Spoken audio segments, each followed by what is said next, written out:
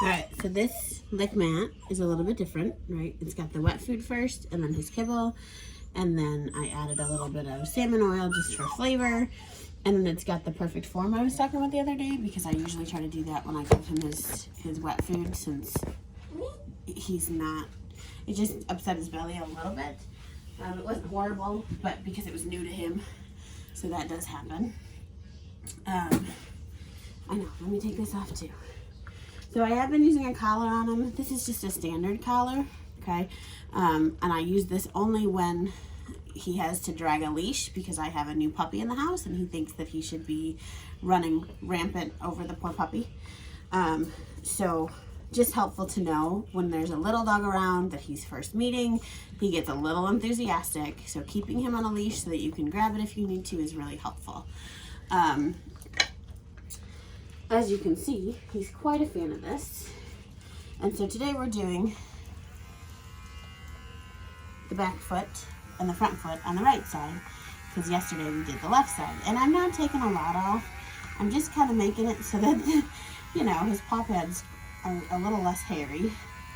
And then in between his paw pads can get very matted. Not at this age. This age his hair is too silky to be a problem. But as he gets older, you can get a lot of matting between the paw pads, and so you do want to make sure that those stay trimmed, and that he's used to you digging out whatever, or the groomer digging out whatever, so that you can see his feet, you can see his toes, and we can Dremel. So I just wanted to, and so you can see his nails, right? So I'm getting a little more carried away, and I apologize, he's going to look a little goofy. But again, it's hair, it grows back, and I really want him to be comfortable with this. So as you can see, we have zero problem at this point. He does not care at all. The only problem with the snuffle mat, or the lick mat, is the fact that I can't, it's getting him to turn the way I need him to turn so that I can get in between his feet. But I'm trying not to get too carried away and make him too crazy.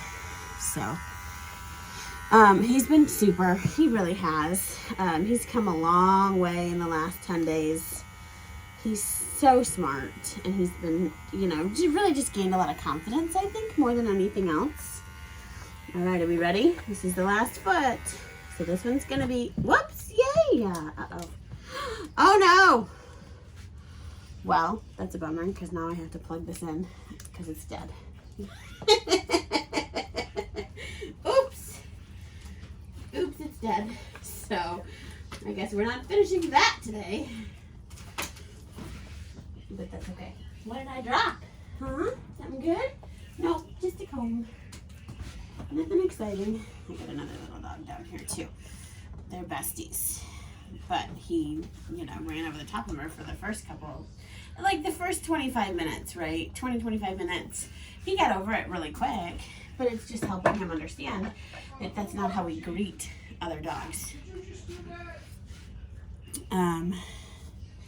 So it just becomes a habit to introduce him to new dogs on a leash, so that his enthusiasm level doesn't scare the crap out of them. So yesterday we didn't have any issues dremeling the back feet, so we're going to try it again. Can I have a foot again? So you can pull it forward to get to the nail, but you can't see what you're dremeling. You just kind of have to go by feel and stop yourself when, yeah, oh my goodness, I did not hurt you. There is no blood. Oh, so I'm just rounding the nail real gently. And I don't know how much you know about nail trimming, but you're looking for, you know, it starts out all black, and then the inside turns white, and then there's a black spot in the center. It might be a little bit of a gray spot, and that's where you stop, because you don't want to Dremel that spot. That's the nerve. That's what will bleed. You can Dremel around it, so you can round all around the foot, whatever, okay? But those nails are a lot shorter now. Let's see if he'll let me do the front ones. And again, his feet look really silly, and I do apologize. And I will fix the front one that I only gotta have done before my thing died. Good job! So, I mean, this is the third, fourth time that I've worked on this. And we went from, holy crap, you're never doing that, to, all right, I guess I'm not dying, right? So if you can work on this consistently, even once a week, you're gonna have a dog who has no problem with nail trims, no problem with having his feet like that, no problem with being trimmed. You have hair in your food. How do you manage these things, child? Roommates. I don't know if you can hear him or not. He's whining because one of the dogs is making a mess. Da, da, da. Good job, bubbies. Look how good you are. Super proud. Super proud. Didn't take long at all. Really excited. And then I usually brush him while he finishes because he has a lot of hair and brushing is good. Up behind the ears, we've talked about this. Ah, no, those are your toes. And knowing that when and if he is shaved, you may have to be really careful about brushing him because he's so used to his long hair that it's going to feel really funny when you brush his short hair. But that it's important to brush the short hair too because he needs to continue to stay used to it. So, and then you can, notice anything developing that shouldn't be or whatever. But,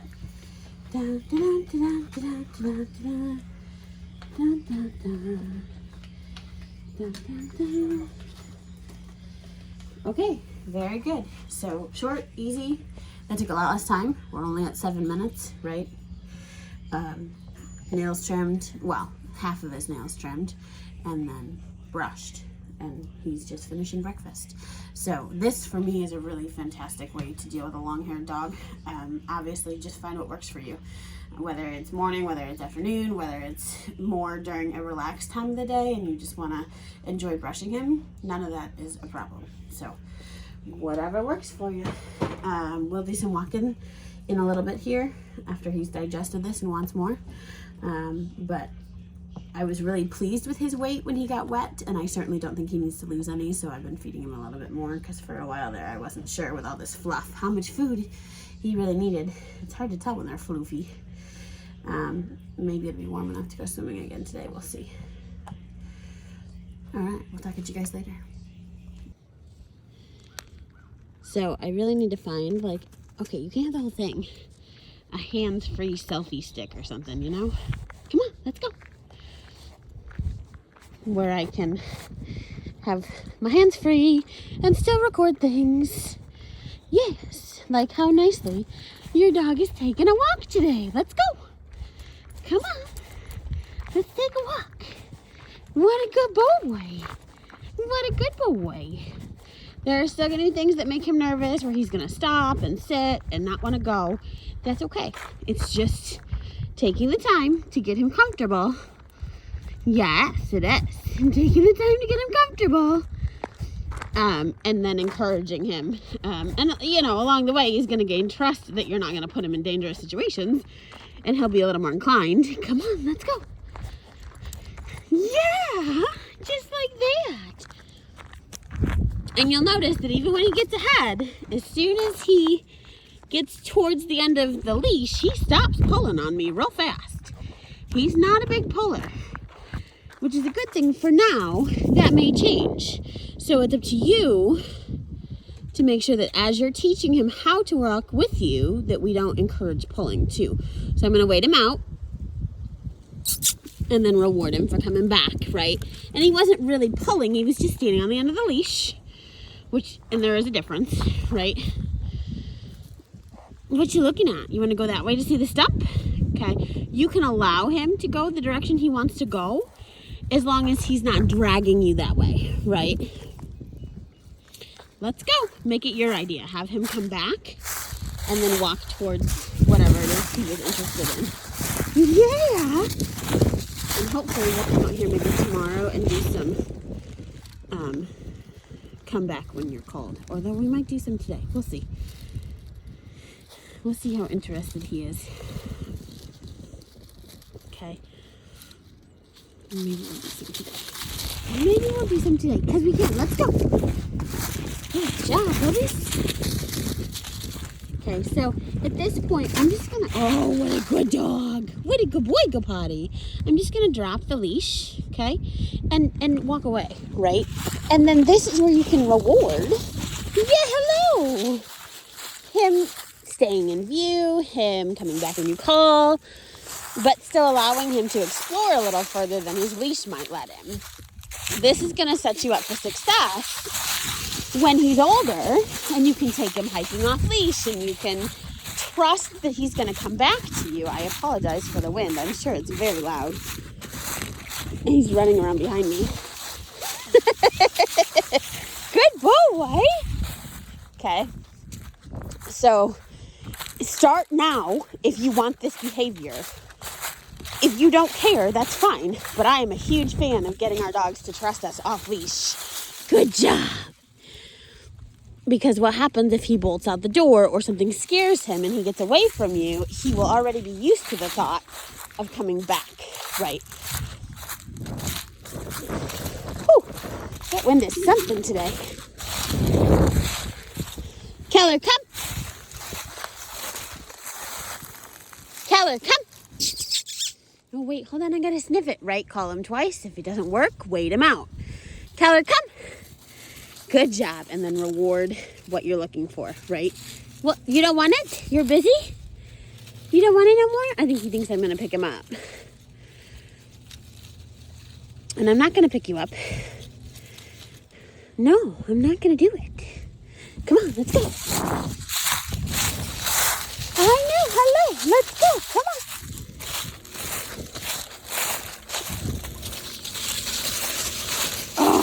That's a handsome boy. Yes, you are. Such a handsome boy.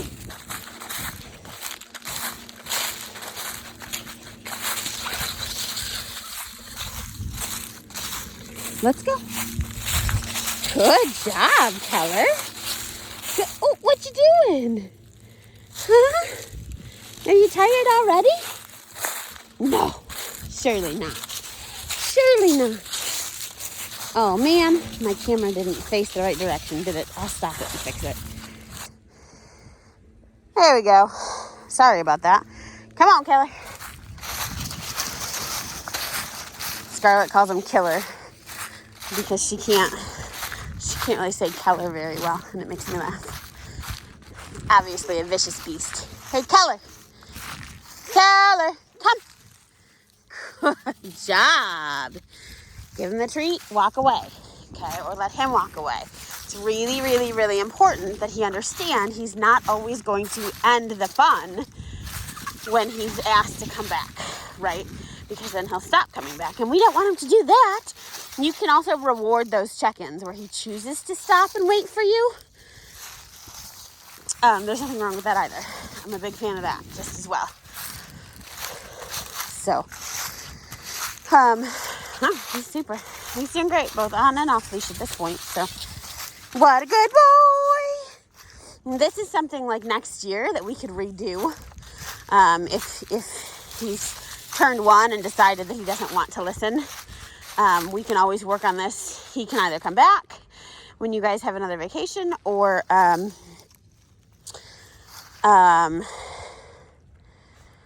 can come to you and we can work on things. So training doesn't end when he comes home. We can continue going if we need to. So nothing wrong with that at all. All right, come here, Keller. Keller, come here. There you go. Climb up there. Good job. All right, we will talk to you guys later.